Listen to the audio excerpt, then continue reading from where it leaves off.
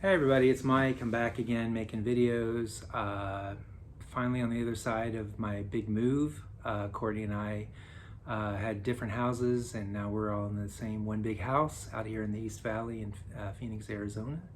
Nice and sunny Phoenix, Arizona. And so today I kind of wanted to do just a short video just to get back into the swing of things. Seems like I've been out of touch for the past 5-6 weeks.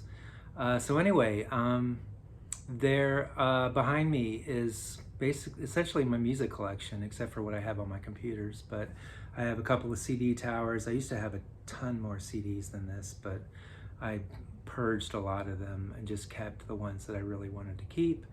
And then in the middle is just with the records that I've been collecting. Some of these I've had since I was a kid, and but more than half of them are ones that I've purchased just in the past 3 or 4 years. 3 years. And then I've got some things up on the top of my Calyx shelves here. So these are 4 2x2 Calyx cubicle deals here. So 16 cubes total.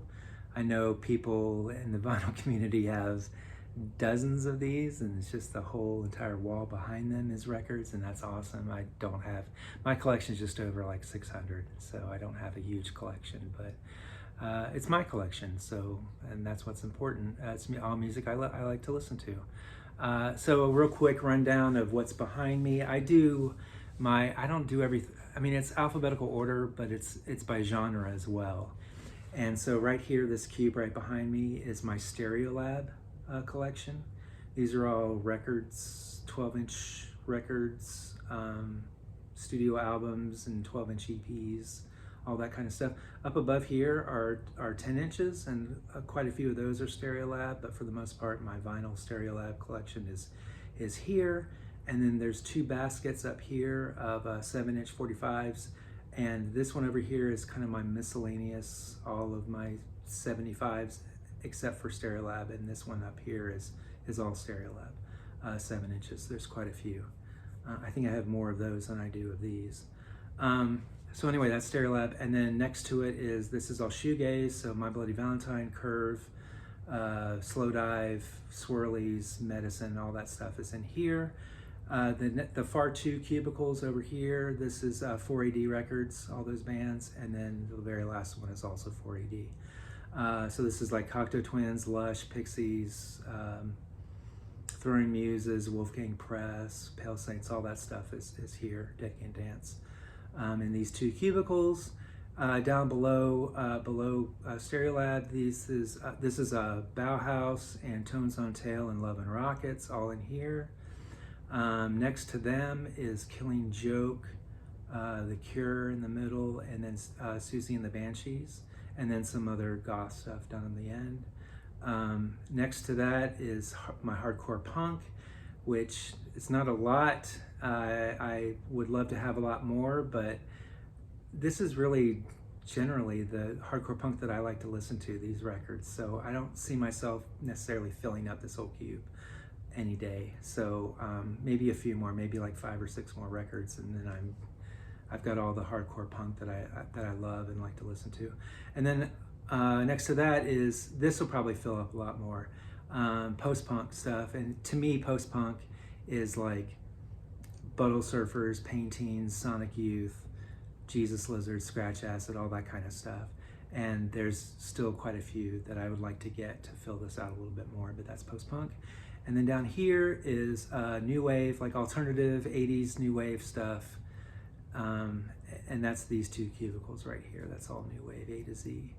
And then next to that is electronic music, all here, Ladytron, Goldfrapp, Massive Attack, Meat Beat Manifesto, stuff like that, Prodigy.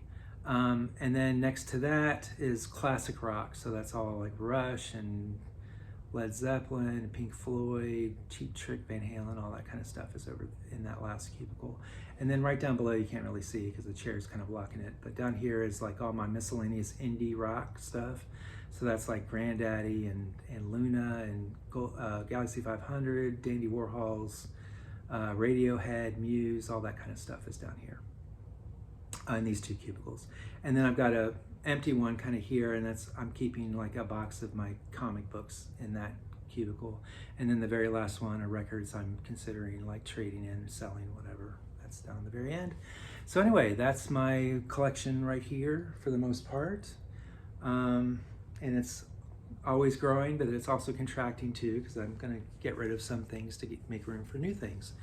Also, before I get into records, concerts, I went and saw The Cure a few weeks back. They played here out in Glendale at the old hockey arena.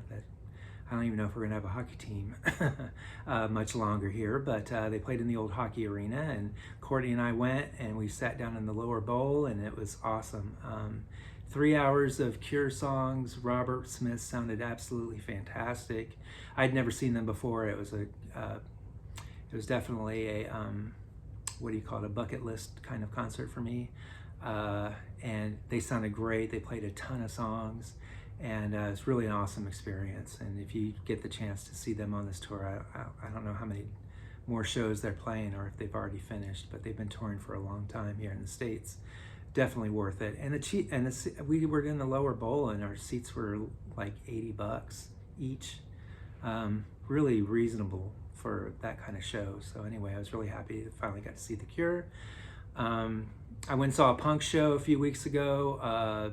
GBH came, and they were great. They sounded great. I got, in the very first song, Diplomatic Immunity, I got my ass knocked over, landed flat on my back. I thought I was outside of the mosh pit, but apparently I was too close to the outer circle, and the dude just kind of punched through the circle and went right into me and knocked me flat on my back, and I was fine. Everybody helped pick me up and stuff, and I found my phone went flying.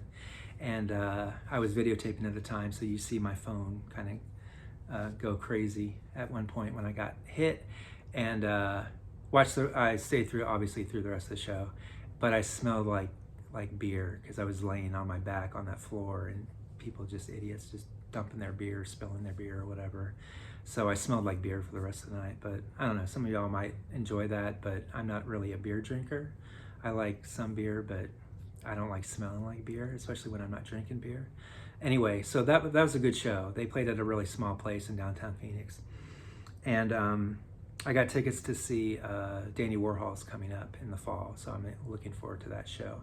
But for the most part, bands really aren't playing Phoenix for whatever reason this year. I don't know what the hell's the problem is. They'll play Santa Fe, they'll play Denver, they'll play Salt Lake City, but they'll play Boise, but they won't come here. And it's like, this is a huge freaking city with a ton of venues, and I'm constantly irritated when I go, when I see ads for bands. Oh, bands doing a North American tour, and then I look at the dates and they're playing everywhere but here. There's like this big circle around Phoenix that they're not penetrating the bubble to play here. So it really kind of sucks, because I like going out and seeing live shows. But oh well, maybe next year will be better.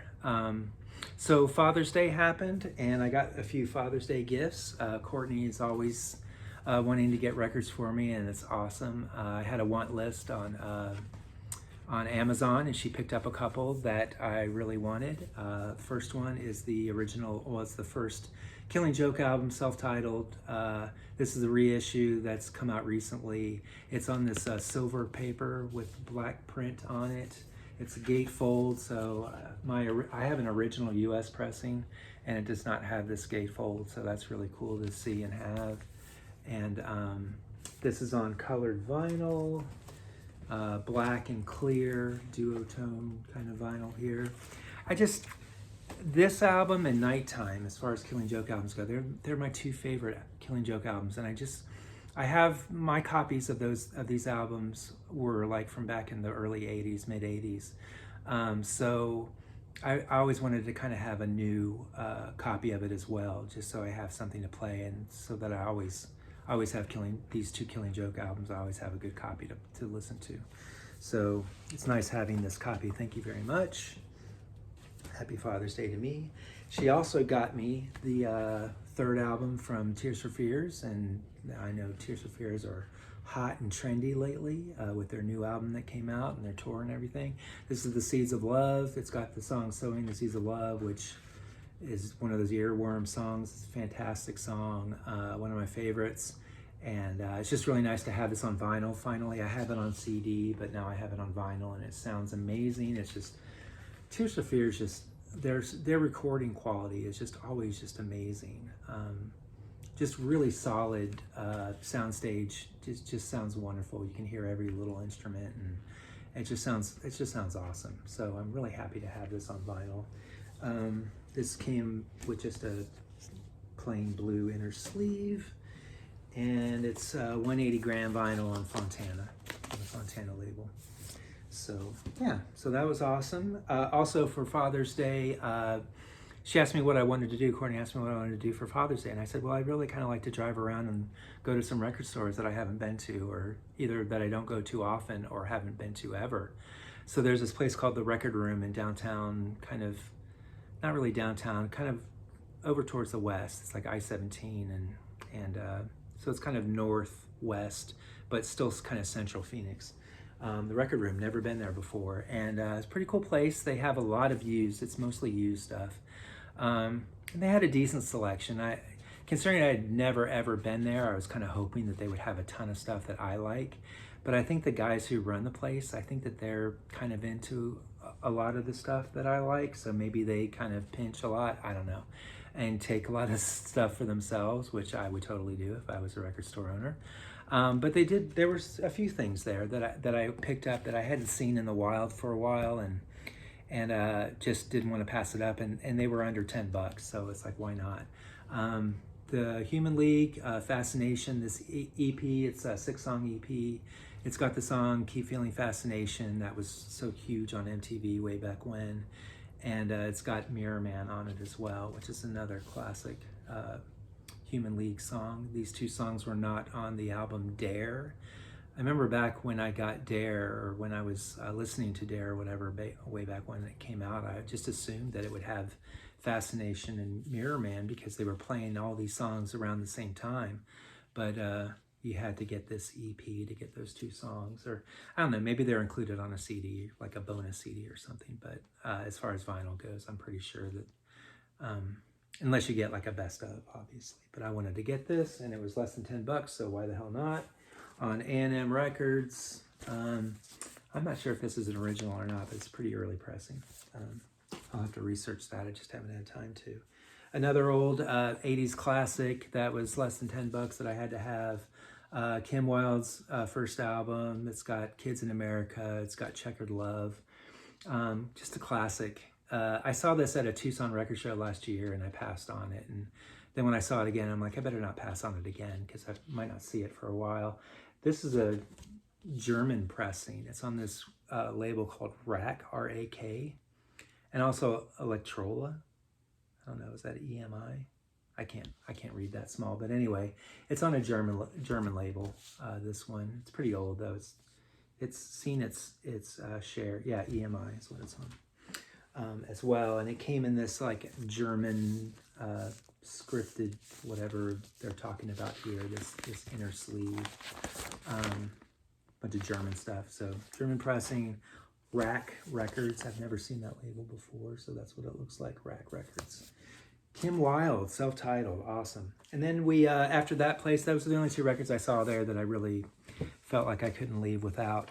And then we went out to the In Groove in Scottsdale, or not Scottsdale. It's in Phoenix. It's on 24th Street. So, but anyway, went to In Groove. They always have like a great selection. New stuff. Usually they have some pretty good quality used records, but I didn't find any used ones that day. But I did see this one, and I'd been wanting to get this. I'd been eyeballing this album for a while, getting this on vinyl, and it would always be there, and I'd be like, I'll get it next time, I'll get it next time, and then all of a sudden it just disappeared, and I didn't see it for months, and I'm like, shit, I probably missed it, and it's gonna be out of print, and I'm gonna have to wait years to get it again at a decent price. And sure enough, this popped up at the In Groove, and I was really happy to get it. Sonic Youth, Bad Moon Rising. Yeah,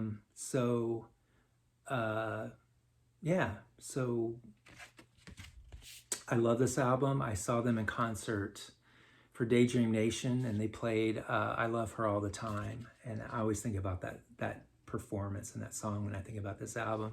But this has also got Brave Men Run, which is awesome, and Death Valley 69 with Lydia Lunch. I think it's one of their best songs. I love that song. It's just such a good time. It's such a fun song to listen to. It's just crazy. All this stuff's crazy. When you listen to this album, it's kind of spooky.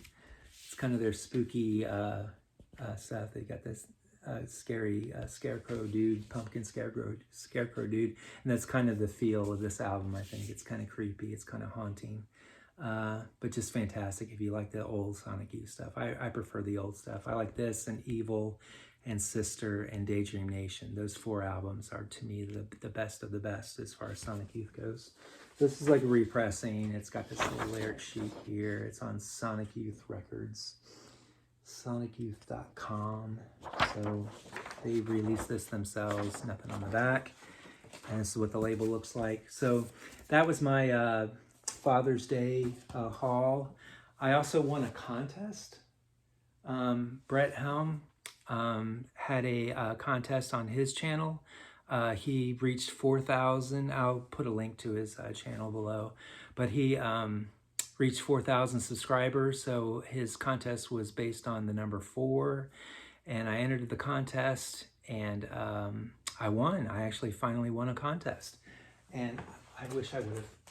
I don't know why I didn't get these, but anyway, he sent me copies of his two of his records. He's in a band, or had a band called Audra, and he sent me these records of his, and this one is called Dear Tired Friends, and he sent me another one, and it's right here. This is my goth. Remember I told you this is my goth section over here. Going to the Theater. So this is the other one that he sent me as my prize, and it's awesome. I really like these. I've been listening to, it came with colored vinyl too. This one came on colored vinyl. I've really been enjoying listening to these. I'll go into more depth in a future bit, because I really wasn't planning on doing like a full like record show on this video, but I'll go into more detail about the music and everything. But really just generous, super nice for him to send me those. And also he sent me a CD too of one of his other records too, and I don't have it to show. It's way up high here. I'm not going to get up right now, but anyway, so he sent me a CD and 2 records and a sticker, and it's just really awesome. He's a fantastic channel. Dude's got impeccable taste in music. Definitely check him out. Not that he needs my help, because he's got way more subscribers than I do. But I'll leave a link or whatever and check him out. Super nice guy. He lives out here in Arizona as well, and really cool band, and I'm really appreciative that he was generous enough to send those to me. So anyway, I think that's it that I'm going to talk about on this video. I just kind of wanted to come and say hi and let y'all know that I haven't gone into witness protection or anything, that I'm still here, and I miss making videos, and I'm going to start making a few here and there over the next few weeks and start getting back into it. But anyway, thanks for watching, everybody. Love you all, and you all keep making videos too, because I need something to watch. So make videos. I'll see y'all later. Bye.